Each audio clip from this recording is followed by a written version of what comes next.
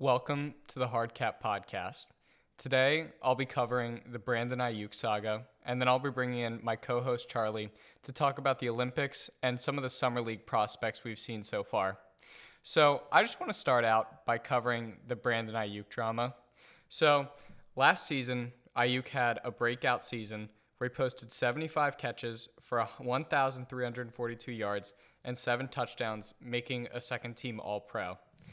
So, following the 49ers Super Bowl loss, it started with Aiyuk posting on Instagram, "Don't forget what got you here." And then later in the offseason, posting a TikTok of himself telling Jaden Daniels on FaceTime that the Niners don't want me back. So, recently, July 16th, he officially requested a trade.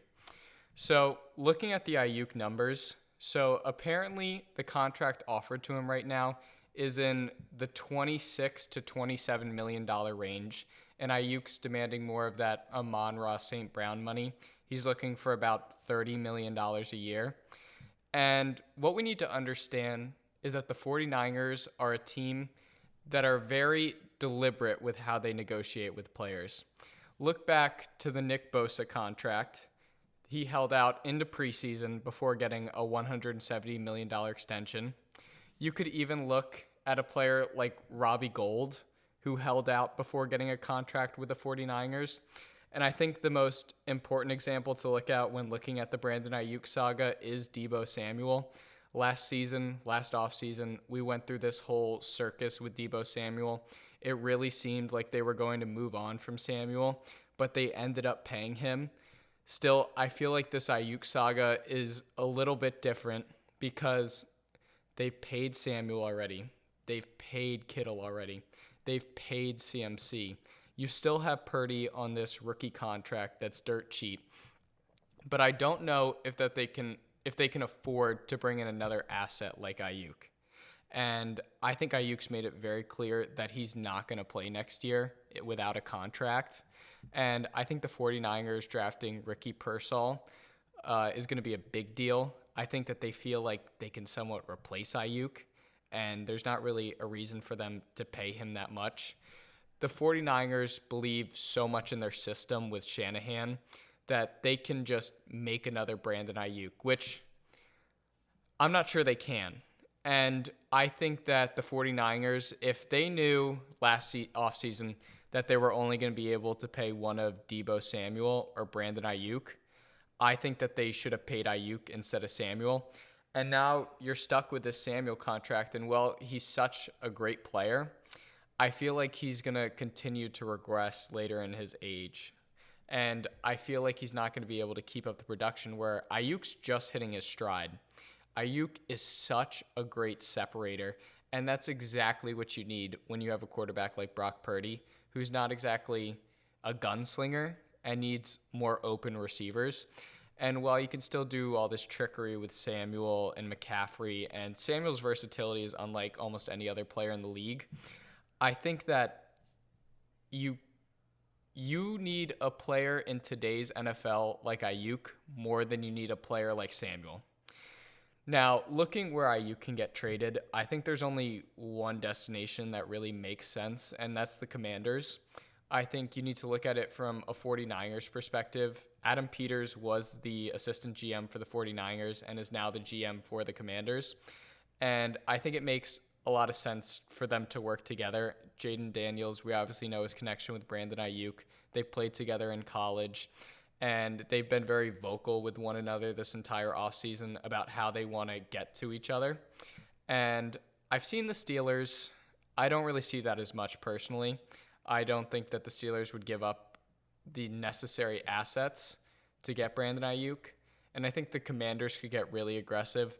I don't think that they would quite give up a first, but I could definitely see a first equivalent for Brandon Aiyuk, whether it's a second and a third, a second, a fourth, and a future third, something along those range. I think the Niners would get a nice haul back for Aiyuk. But I think when it comes to it at the end of the day, they need to do whatever's possible to keep Aiyuk. And I just don't think that's going to happen. And I think this is something we see a lot with Super Bowl hangovers, especially for teams that just lost the Super Bowl. I think the 49ers are in a really interesting place where they only have a year or two left on Purdy's contract. And do you bring him back? You paid CMC a record-breaking number for the running back market. You've paid Samuel, you've paid Kittle, you've paid Trent Williams. Eventually, you run out of money. And, well, there's this myth that cap space isn't real in the NFL. It really is. And when that bill comes, it comes hard. And that's what's going to happen with the 49ers now. And I think Brandon Aiyuk has really used social media unlike any player we've seen to demand a trade. I think all his stuff on TikTok is very much a new age kind of NFL player. And he's really the first person I feel like to utilize this platform. While we've seen players get outraged on Twitter and Instagram, Ayuk's really one of a kind when it comes to TikTok. And I think he's going to get his way. I don't think that the Niners are going to pay him. I think he's going to hold out probably into the preseason and maybe even into the regular season. And I think he's going to get traded. And I think this is going to really hurt the Niners, and I think that they're going to really take a step back next year. All right, after this break, I'll bring in my co-host Charlie to talk some basketball. I'd like to welcome back my co-host Charlie for today. Since the last time we talked, the USA played 2 more games with a 98-92 victory against Australia and a 105-79 victory against Serbia. Now, Charlie, I'd like to start off by talking kind of about the Australia game and some of the USA struggles. So, watching that game, I mean, we could see Edwards shine. He had 14 points when in the starting lineup. AD, big game, 17 and 14. But I think the USA's main issue was turnovers. They had 18 turnovers against Australia. And also, Australia really dominated them in the paint. They had 68 paint points. And it was a lot of backdoors and crashing the offensive boards. So how do you think the U.S. will continue to adjust? Because we saw it in the Serbia game, but how will they be able to continue this forward when they play a bigger team like France? Yeah, I think Jock Landale really killing your team isn't a good thing, especially if you're trotting out Joel Embiid, Anthony Davis, and Bam Adebayo, who I'd say are 3, top 10, top 15 defenders at worst in the league. So yeah, the interior presence definitely had to improve, and I think it definitely did against Serbia. I really love the Bam and AD lineups off the bench. Mm-hmm. I think it brings a lot of defensive versatility, and it's really hard to score on Team USA when they have those two out there. And I think that will be the best 2 big lineup against a team like France. Mm-hmm. And kind of going back to the Embiid thing, I think when Embiid is so used to playing with a team that's centered around him, so when he gets the rock, like, he's looking to cook. And on this USA team, that's not what they need. They really need, like, a finisher at that 5 position. That's why the AD and Bam lineups have looked a lot better. And when Embiid has touched the ball, he really slows the pace down. He slows the team down. He holds it for long portions of the possessions. And I think that's what's really killing him. And while he has been like a good presence on the boards, I still think that for USA to unlock their best lineup defensively and offensively, it will take a lineup with Bam and AD. And I think we could see both of them play. I'll be interested to see what happens when KD comes back. He obviously missed the past 3 games with a calf strain, and USA was being really was trying to be really easy with him. And I'm just thinking, is Embiid gonna not be in the rotation at a certain point? Like, is he gonna be playing like 12 minutes when Durant gets back? I think it's possible. I think we'd both agree Embiid is the best center on the team, talent-wise. But I think we'd both agree on Team USA, he's the worst fit out of the 3. So I think it's definitely possible that AD and Bam jump him in minutes. Steve Kerr mentioned that he could take Embiid out of the starting lineup, but he also said at the same time that LeBron, Steph, and Embiid is his big 3, so to say. But I don't think that's the big 3. I don't think that's the big 3 at all. And like you said, KD's questionable for the next game against South Sudan. But when he gets back, you're looking at a really talented front court. And LeBron's going to get minutes. Bam and AD's minutes aren't going anywhere. You throw KD in there, it gets really shallow. And I think the guy you have to take it away from is Embiid. And I think the worst part of it all is his foul baiting, and these refs aren't going to call it. There's a clip of him just jumping into Nikola Jokic, and you're like, what are you doing? It's kind of embarrassing for him. It really is. And you touched about LeBron for a second there. How about the LeBron and Curry duo and how much chemistry those two have? And I think it's kind of amazing to watch them play together.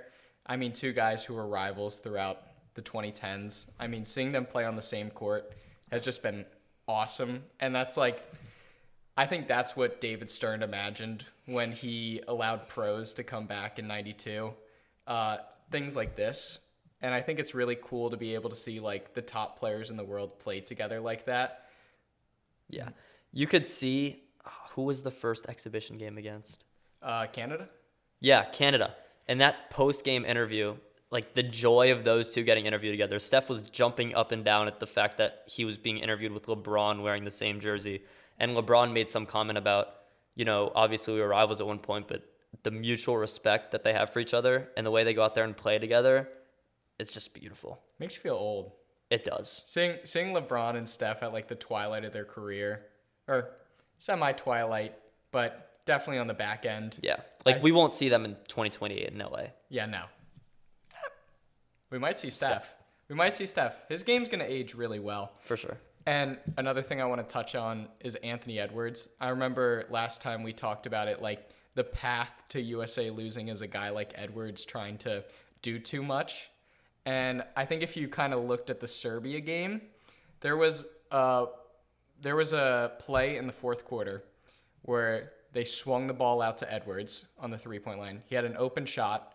He decided to pump fake it and then take a much harder contested shot and airballed it, which I think is Edwards' irrational confidence kind of kicking in.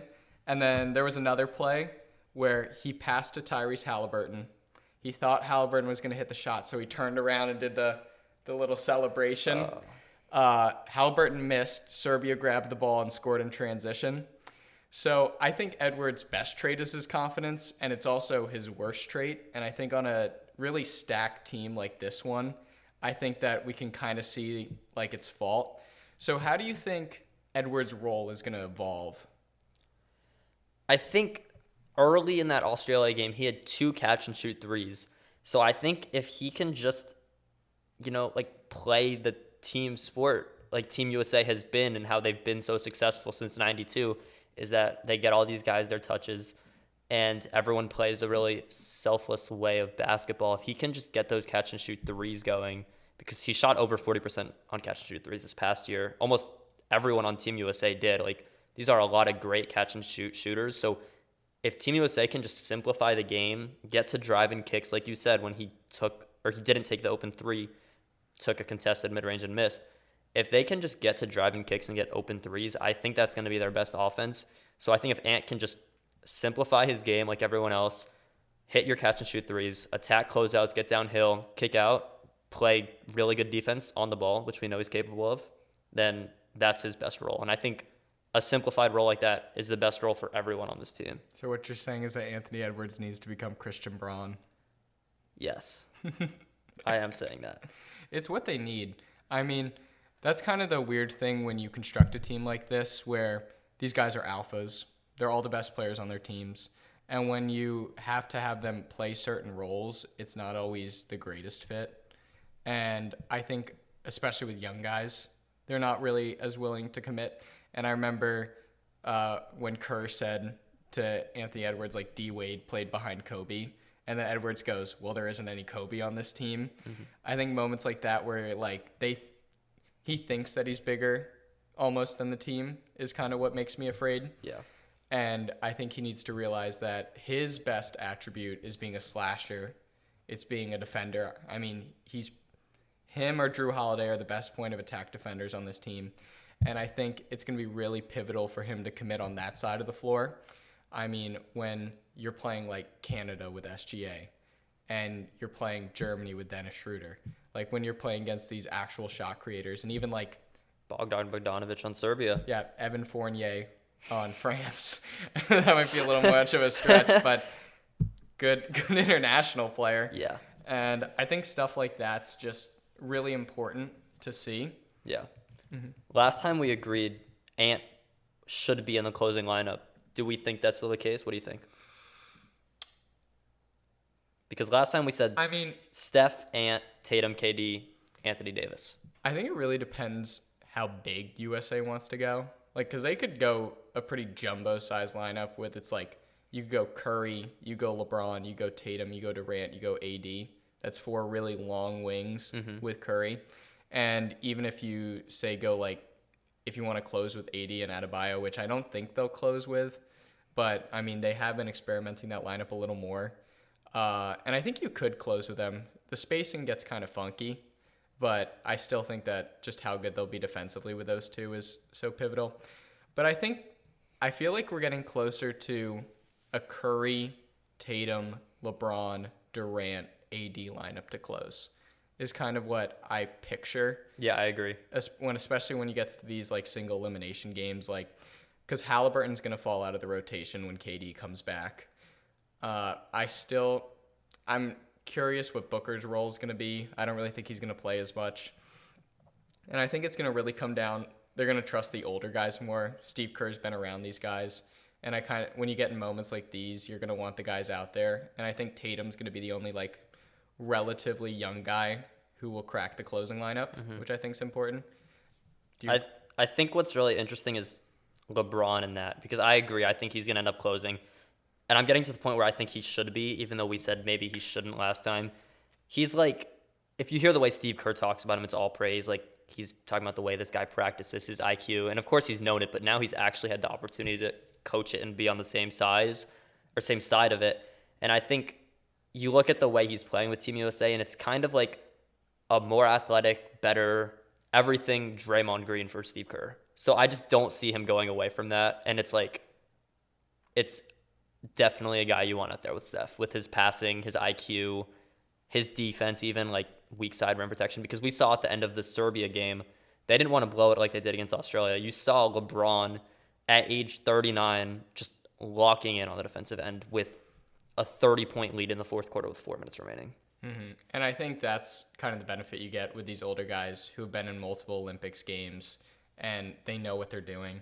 I think they're more willing to like alter their roles like LeBron would.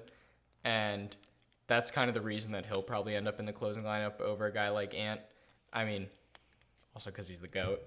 And that's why he gets in. Like, yeah. I don't really know how Steve Kerr tells LeBron you're going on the bench in a close game is my thing too. And I just think I think he will crack it. And I think the way that he's playing has been really pivotal. And I think that if he continues with this defensive intensity, and as long as he can knock down a couple catch and shoot threes, it really won't matter. And I think that lineup kind of removes my fears with USA losing, where it's like no one guy trying to take over. It's going to be team basketball, which I think is the most important aspect when you're playing something like FIBA.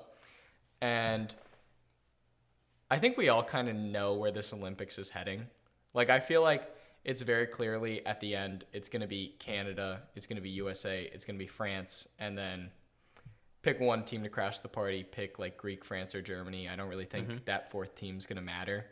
And I think when it comes down to it, and you're playing the final minutes against Canada, and they're going to be running through SGA, I think being able to lock in defensively and being able to switch everybody, because the only person you can really hunt in the closing lineup is Curry, and even he can hold his own defensively.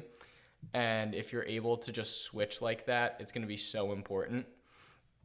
And playing against France, I think, is a little more of an interesting situation depending on how they want to play in the closing lineup. Like, are they going to play through Wemby? Because if that's the case, you can't do anything, really. Like, you can throw AD and Adebayo out there, and they'll do well, but I don't think there's any way of locking up. But the path to gold is through defense. They're a defensive team that can score, but they will suffocate you because they have the best athletes. And do you agree that this is a defensive, not an offensive team? 100%.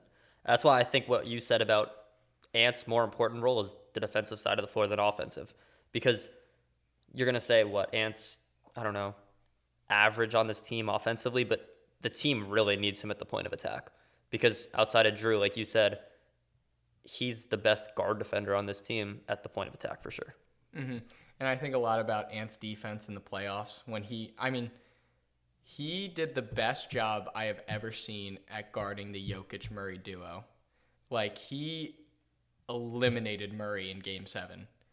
And, well, he didn't really do that as much in the Western Conference Finals when he called out Kyrie, I want Kyrie, when really he should have called out Luka. I still think that's kind of what I think of when I think of Ant, and I think that's why he's so great, is because he is such a great defender, and he's such a great young defender. And I think when you see a team like USA play Serbia is when you really see, like, how good the USA can be when they try, like, and when they are really focused. Yeah. I mean, because Serbia's got NBA talent on it, and you could just see the gap. And I think that, like, it really helped settle me with a lot of my fears, because I think I was kind of afraid after the Australia game. I'm like, no way we're letting P. Giddy do this to us. So I think now that we saw them kind of lay the hammer down, and I'm sure South Sudan's not going to have a fun game, if we're being honest. No, they're not. That's going to... And then they have to play us again in the Olympics. Name one player on South Sudan. Carlick Jones, Wenyan Gabriel. Wow, I'm impressed. I think Bol might be playing with them. I don't really know. Wow, that is... But, I mean, granted, Serbia didn't have Bogdanovic, but still, like, I don't think Bogdanovic is closing a 30-point win. Maybe we win by 20 instead, but the dominance that they showed and the fact that they kept their foot on the pedal, which they didn't do against Australia, is really big, and I think it's really going to build their confidence against Serbia because the U.S. is guaranteed to play them in the Olympics since they're in the same group. And I want to take a moment to turn to the women's team. I just want to say I really like what the WNBA does with the All-Star game in Olympic years. I really like the Olympic teams versus the WNBA All-Star teams.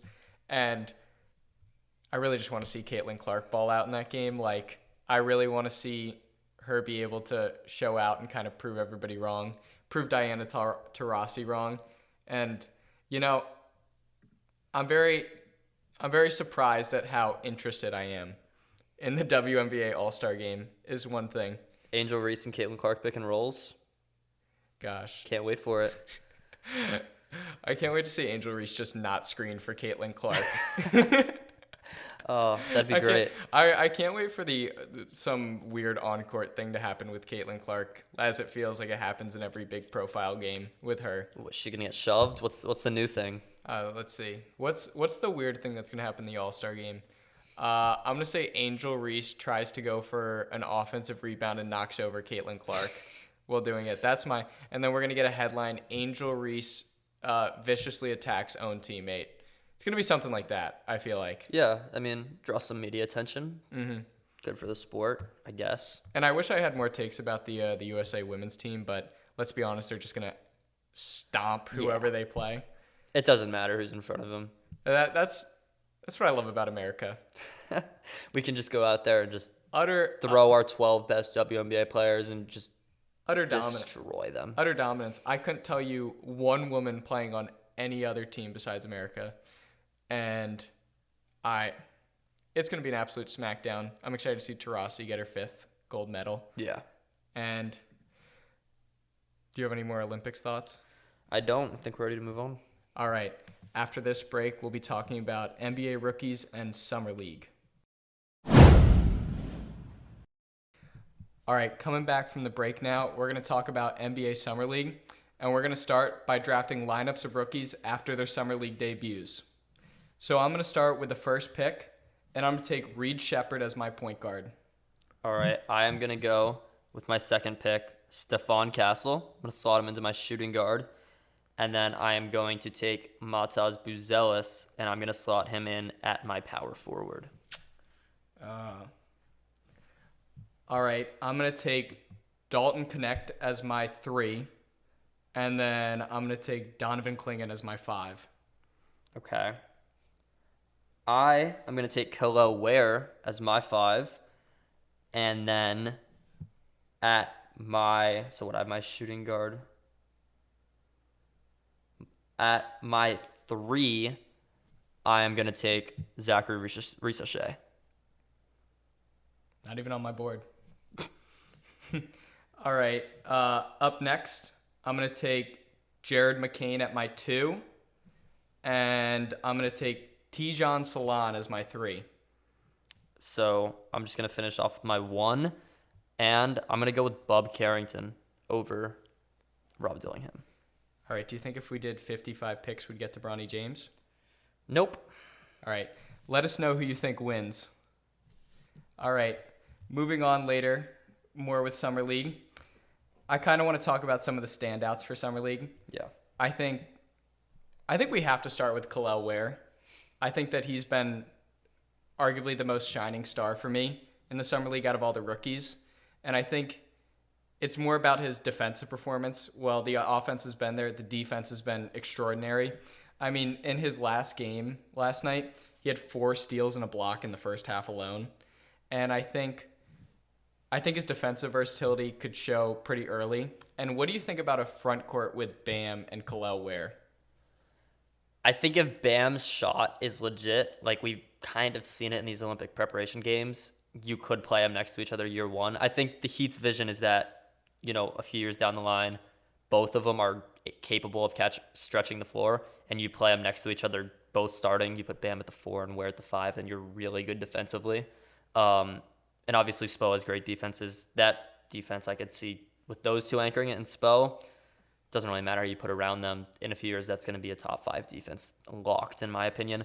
But just coming into year one, I think we do see them play next to each other. I think Ware starts the year on the bench, but it's going to be the best backup center day one that we've had in the Bam era, because before it's been the Cody Zellers and the Dwayne Dedmons. Mm-hmm. And it's just not great. But I'm really excited for Kel'el Ware. Not a big Thomas Bryant guy. No, I'm not a big Thomas Bryant guy. And Kevin Love was solid at the backup 5, but kind of became unplayable in the playoffs. I don't think that's going to happen with Kel'el Ware. Good defender. 3-point shot has potential. Really good play finisher. I just really wish the Heat had a guard that could throw lobs to both Bam and Kel'el Ware. Mm-hmm. And I think when looking at the future of the Miami Heat, the post-Jimmy Butler era, which feels like it's looming. It looks like it might happen next year. I mean, I could even see Butler being moved at the deadline. And I think looking at the future of the Miami Heat, having a front court of Kel'el Ware and Bam Adebayo is a real identity. And it's kind of like a better defensive version of what the Timberwolves are doing right now, in my opinion, which I really like. Like, I think when a league that's going really small, getting 2 big guys like Adebayo and Kel'el Ware, who are defensive game wreckers, could be a real valuable identity. And I think if Miami's able to get some shot creator in the future, if they're able to parlay Jimmy Butler into something, I think that this next version of the Heat could be very promising. And they're always star hunters. And I think having a defensive identity like that will be a big thing. Are you saying Tyler Hero's not the future shot creator for the Miami Heat? I don't even know if Tyler Hero's the future 6th man of the Heat. I mean, that's a fair take. I think he would get traded for a bag of peanuts right now. Probably. Actually, I don't think so. Maybe because I think M&Ms. Pat Riley thinks he's a future All-Star still, which that is true. Would be an old man take, but that's what Pat Riley is at this point. Yeah, I think if you're the Heat, like you said, it's going to take you somewhere with that front court, and it gives you a lot of promise. And like I said, this year, I think he's going to be an impactful guy for the Heat for sure. Mm-hmm. Now, moving on to another big man who really hasn't performed quite as well. Let's talk about Alexander Sarr for a moment. So in his Summer League games, he has 22 points with 9 for 47 from the field, including 11.7% from 3. In his last 2 games, he shot 1 for 21. And seeing this out of a 7-footer is alarming. Yeah. Now, do you think this is just a blip with Sarr, or do you think that this is more what we'll see in the future? It's a good question. I think it's interesting because I think a lot of it comes from his play style. He doesn't play like he's 7 foot. He got a steal, and they had a 4-on-1 fast break, and he decided to pull up from 3. And it's like, you have a 4-on-1 fast break, you're 7 foot. Is that really the decision you should be making? No. So that's a problem for sure. I like what I've seen on the defensive end, although the offense has quite frankly been terrible. He's only getting to the free throw line once per game. And like you said, out of a 7-footer, really alarming statistic there. So the offense we knew would be a work in progress, I think, coming in. But to see it this bad out of the jump, I didn't expect it. Did you expect it to be this bad? I wouldn't say I expected it to be good, but I didn't expect it to be this bad. Mm-hmm. And I just want to take a moment. Alexander, I'm talking to you. Your entire life, you have ran away from top-tier competition.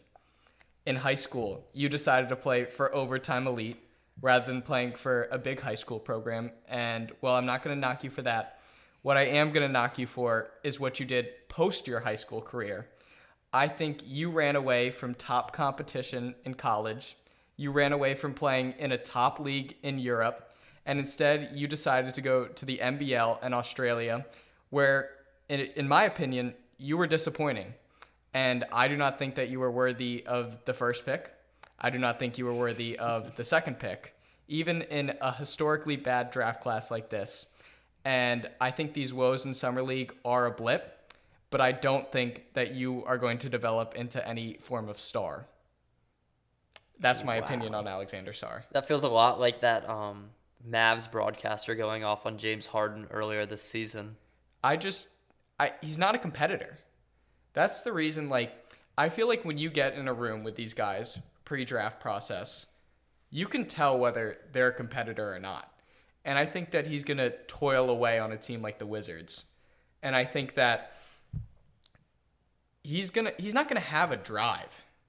I feel like we've seen players that are kind of similar to Alexander Sarr, where they're big, you question their love of the game, and if they go to a bad team where nobody's going to kick him in the butt, you're telling me Jordan Poole's going to help him develop? Kyle Kuzma. You're telling me Kyle Kuzma's going to help him develop? Are you going to tell me that Bilal Coulibaly is going to help me develop? Are you going to tell me that Johnny Davis is going to help him develop? Johnny Davis couldn't even help himself develop. Yeah. What player on the Wizards do you trust to help Alexander Sarr develop? They don't have a guard that I trust to set him up. I think he's going to struggle as a rookie. And I think for some guys, when they struggle as a rookie, it doesn't get better. Look at James Wiseman. That's a center where you're in a weird draft class where, are you sure this guy loves basketball? And he went to a hyper competitive team in the Warriors and he couldn't develop there. So imagine what a guy similar to that is going to do on the Wizards. Yeah. I feel like you're just setting yourself up for failure. That's fair. Rank their first round picks and your confidence in them. Keyshawn George, Alex Sarr, and Bub Carrington. Bub Carrington won, no doubt. Although he does look like he's a WNBA player, if we're being honest. Keyshawn George and then Alexander Sarr. I have no faith in Alexander Sarr. That's what I wanted to see. He's got bust face. Wow. He's just got bust face. He's got bust name, bust face. And I hate to be the guy to judge a guy based solely off his name, solely off his look. He's not going to be good. I have zero faith in him. All right, let's take this on a more positive note. Yes, you took please. Reed Sheppard first in your draft, so talk to me about him. I love Reed Sheppard. Me too. I think Reed Sheppard will probably be the best player from this class. I'd say Reed Sheppard has the highest ceiling. I think Reed Sheppard has the best trait in this draft class, his three-point shooting ability. We saw it in the Summer League. Started off 20 points per game, 49% from the field through 3 games. And then in the 4th game, we kind of saw the Reed Sheppard issues. When he's expected to be your dominant ball handler and creator, he is somewhat small. And when a bigger defender gets on him and gets physical with him, you can see it. He had 9 turnovers in the game against the Timberwolves and shot 0 for 5 from 3. But I think on this Houston Rockets team, he'll never have to deal with that until he's ready to. And I think having guys like Jalen Green and Fred VanVleet, who can kind of take the load off, and he can play with that second unit, will be very valuable to him. And I think Houston's a very talented team. They have a lot of players. They're the number one. I'm going to combine 4 players into one trade, 3 into one kind of trade. And I hope that they can just find minutes for Reed Shepherd in the NBA, because I think he's too good to just be in the G League, and he's too good not to be in your rotation. So I'm really looking forward to see how he plays in the league after his summer league performance. Yeah, he's only shot 27% from 3 in the summer league, and like you said, possibly the best trait in this class is his 3-point shooting, where he shot 52% at Kentucky. An absurd number. Yeah, that's just different. And he's still averaging 20 a game despite the shooting woes. And I like what you said about him being more of your secondary guy. Like, I envision him on the Rockets, like, attacking closeouts, and he's just going to kill it in that role. And his passing is great. He's averaging 5 assists per game. Watching him and Cam Whitmore, their chemistry in those opening games, just throwing those lobs and finding him on cuts Reigning and MVP, transition. Cam Whitmore. You're right. Like, I didn't think he was going to play Summer League, as a side note, but seeing him play against or with Cam Whitmore was great. Really showed off his playmaking ability.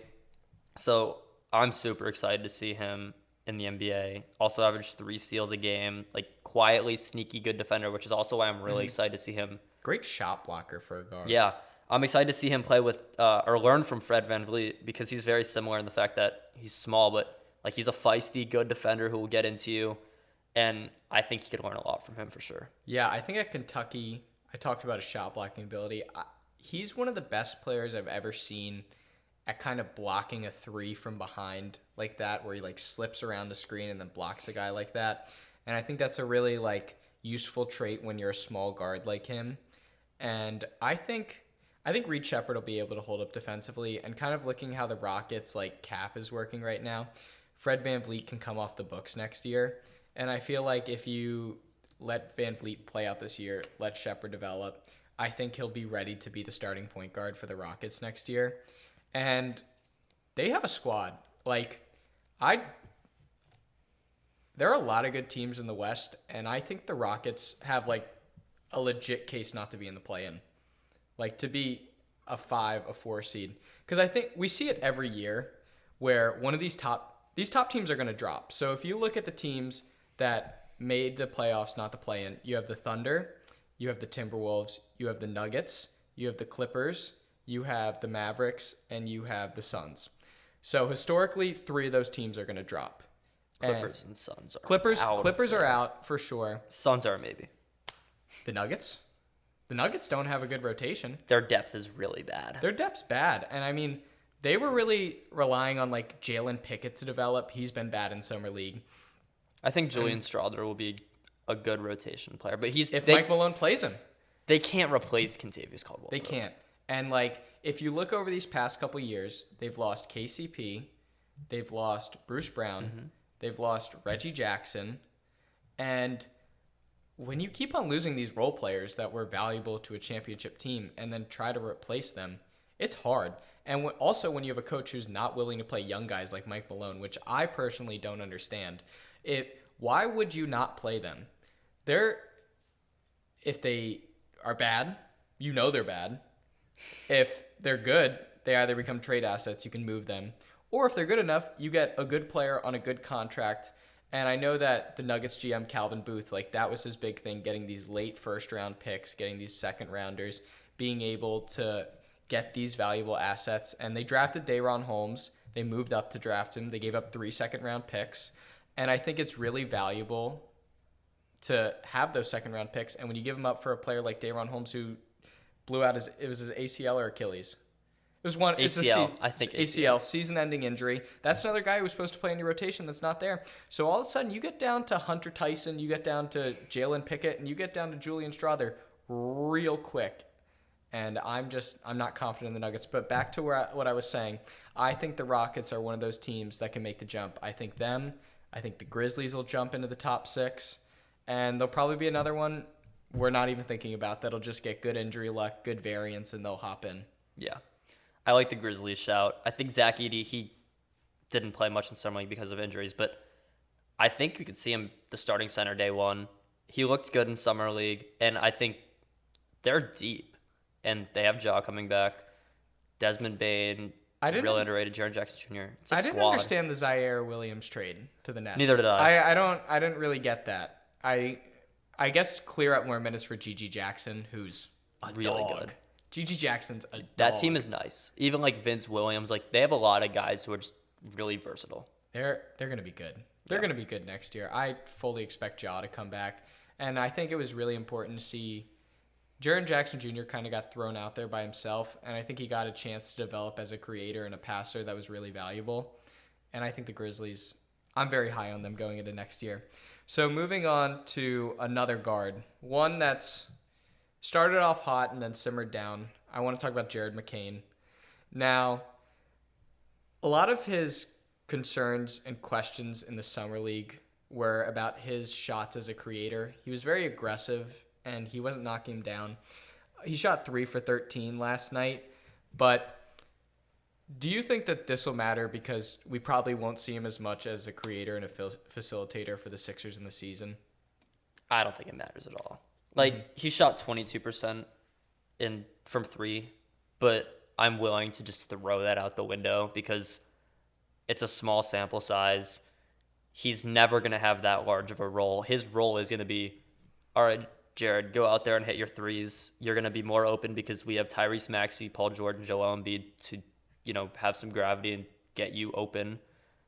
I'm not worried about him at all. I think it's still a great pick at, I think 16 is great value. Mm-hmm. That'll be an interesting playoff guy. I'll be interested to see how his minutes fluctuate once we get to the playoffs.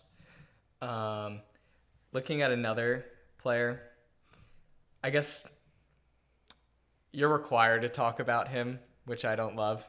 Bronny James. Now, he was getting crucified the first 2 games, which I think was so unwarranted, and I feel so bad for the guy. I felt bad for the whole Jaylen Brown situation.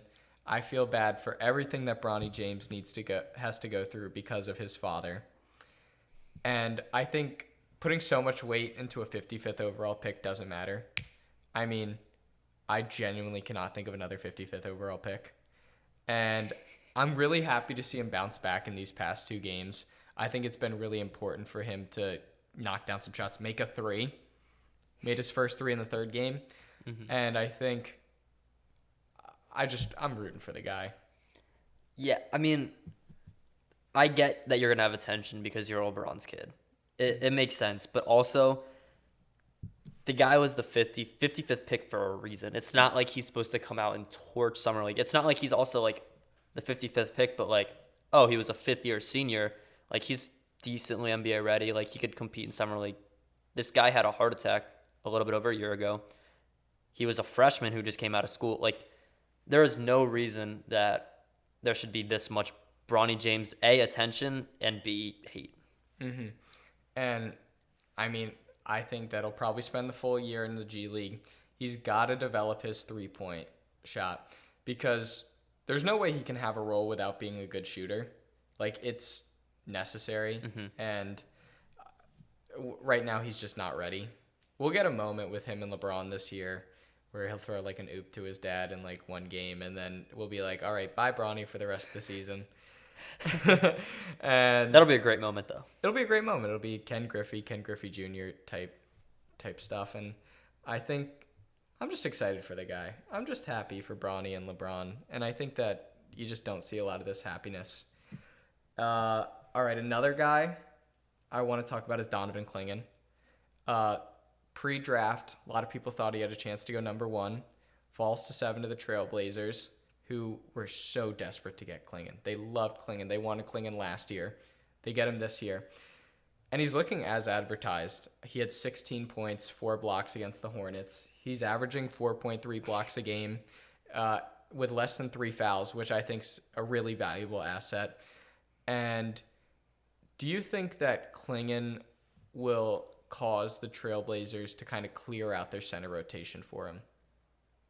I could see it being the case because I think we could both agree he's the best rim protector in this draft, 100%, hands down.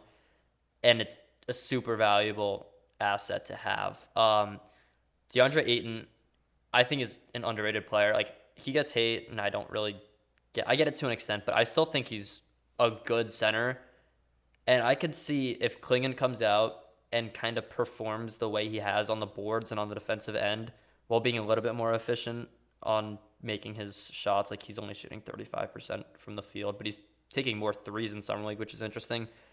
I think if we see him come out looking really good on the interior, grabbing rebounds, affecting shots around the rim, blocking shots, it's going to be really interesting for what the Blazers have to do, because they're going to have to consider, moving Ayton if he looks as advertised. And I am personally leading the bandwagon of getting Ayton to New Orleans in some weird 3-team trade with Brandon Ingram, going somewhere and something going to the Blazers. That's all I want to see. And I feel like Rob Williams will definitely get traded. And I feel like you've got to trade Ayton if you can. Very much if you can. I don't know what Ayton's trade value around the league's looking like. But I think Klingon's legit. I think. And shout out Matt Morgan. By the way, real quick, I forgot to say this in the Hornets game. 36 points, 11 of 11 from the field, 7 for 7 from 3. This man went to Cornell. He's taken the summer off before he goes off to his IB internship, and he's just hooping in the summer league. Hope that he finds a way onto an NBA roster. It's great. 7 for 7 from 3, 11 for 11 from the field. I wonder if that's even happened in a summer league game before, especially from a dude who's undrafted. Yeah, players don't really score that much in the summer league. Yeah. Remember, Anthony Morrow dropped 43.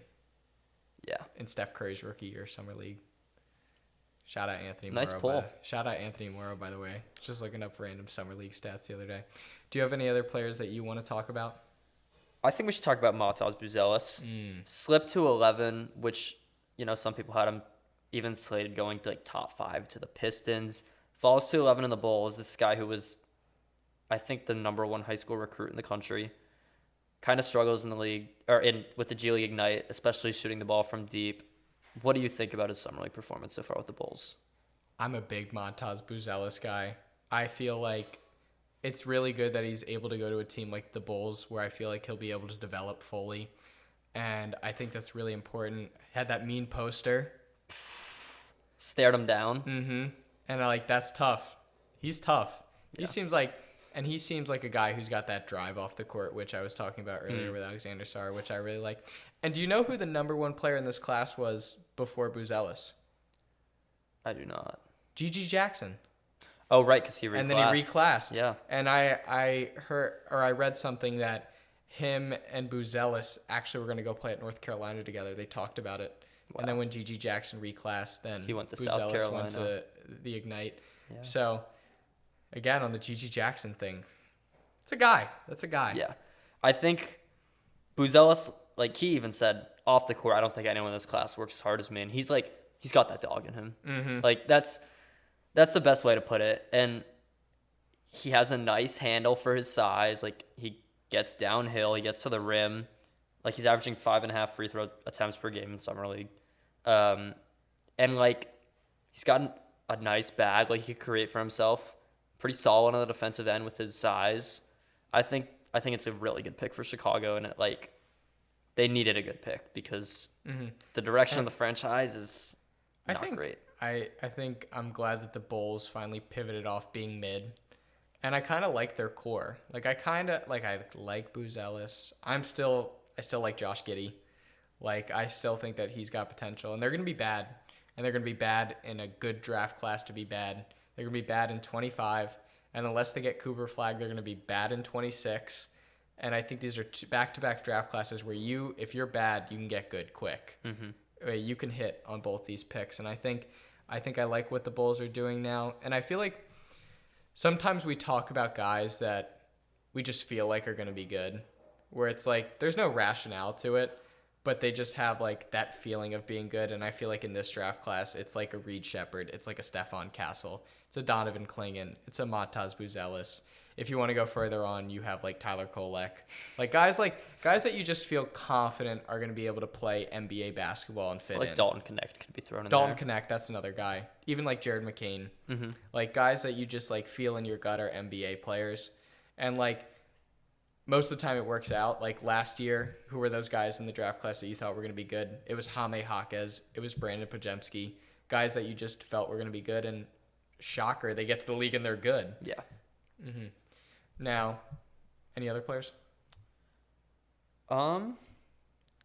Think we touched on a lot of the guys. I mean, quickly, I guess Stephon Castle, he's out due to a wrist injury, but he played 2 games in Salt Lake City and then 1 in Vegas. But I really like the playmaking. Obviously, we knew the defense, but he looked really comfortable as a pick and roll ball handler, which we didn't see a ton at UConn because Cam Spencer was on the ball more, and it was really a movement-based offense. But I liked seeing him on the ball, averaged 17 and 4 through his 3 games. Wasn't the most efficient, but like it's summer league, they wanted to get him on ball reps, and I think he looked really good and comfortable in those reps.